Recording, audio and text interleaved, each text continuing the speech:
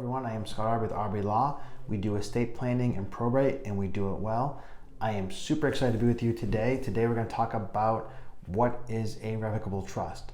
But before we get started, if you have any questions about what I talk about today or any questions about estate planning in general, you can go to estateplanmeeting.com, choose a time to talk with me for free. You can either talk with me by phone or come into my office and we can talk. Again, that is estateplanmeeting.com to schedule a time to talk with me for free. So today's subject is what is a revocable trust.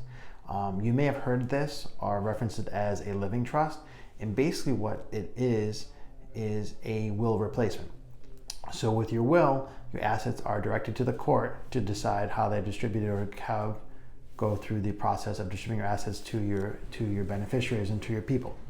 With a trust, they are directed to a private entity, and then the trust determines how those things are distributed. And a revocable trust is just that, it's revocable. So what that means is during your lifetime, you can make any changes you want to that trust. And with that trust, there are certain advantages that you have over a will. But I'll get to those in a second. But I like to describe how a trust works as thinking of a revocable trust as a backpack. And during your lifetime, your backpack is open. And you can put things into your backpack, you can remove things from your backpack. You leave instructions in that backpack to determine who get those contents of your backpack. And that can be changed. So you can change who gets the contents of your backpack, when they get the contents of your backpack, and how they get the contents of your backpack. These things can all be changed during your lifetime. However, once you die, that backpack is zipped up, and those instructions that you left determine who gets the contents of your backpack. And that's basically how a trust works, is that you put things into a trust by titling them in the name of the trust. You put things into the trust by changing the beneficiary of non-probate assets as the trust. So the trust is a beneficiary of those assets. And the instructions or the terms of the trust determine who gets the assets of the trust, how they get the assets of the trust, and when. Do they get them at certain ages? Do they get them on the happening of certain events? So those are things you can do with a trust. And now that you know kind of the basics of how it functions, here's some of the advantages of having a revocable trust in your estate plan. The first thing is no probate. You may have heard stories of people who have gone through the probate process.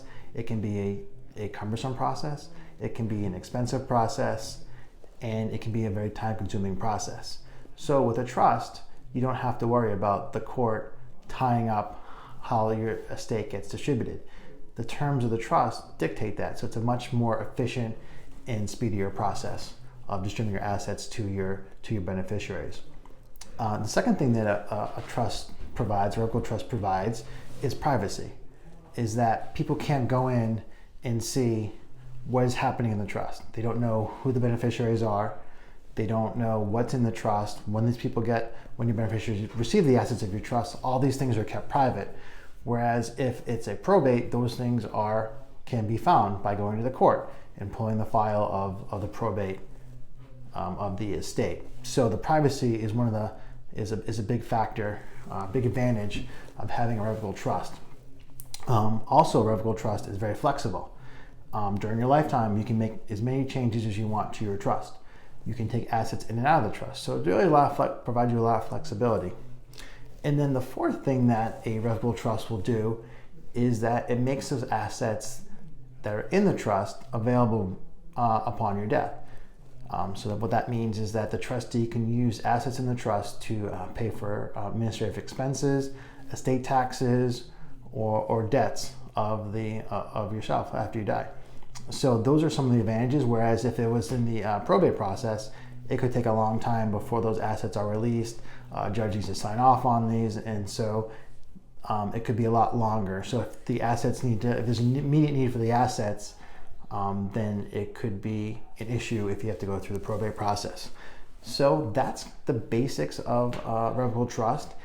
It can be a foundational piece of an estate plan, and it makes sense for a lot of people to have a revocable trust. For some people it doesn't. That's something that you should talk about with an estate planning attorney to see if a revocable trust makes sense for you. So that's all I have for you today. If you have any questions about what I talk about, please go to estateplanmeeting.com and choose a time that works best for you to talk for free. You can either do that by phone or come into my office and talk with me. Again, that's completely free, estateplanmeeting.com. If you like my video, please hit the like button. If you know someone that could benefit from seeing what I talked about today, please share this video with them. And lastly, if you have any questions or comments, please leave them. I'd be more than happy to answer them for you. Again, I'm Scott Arby with Arby Law. Thank you for being here with me today, and I'll talk to you soon.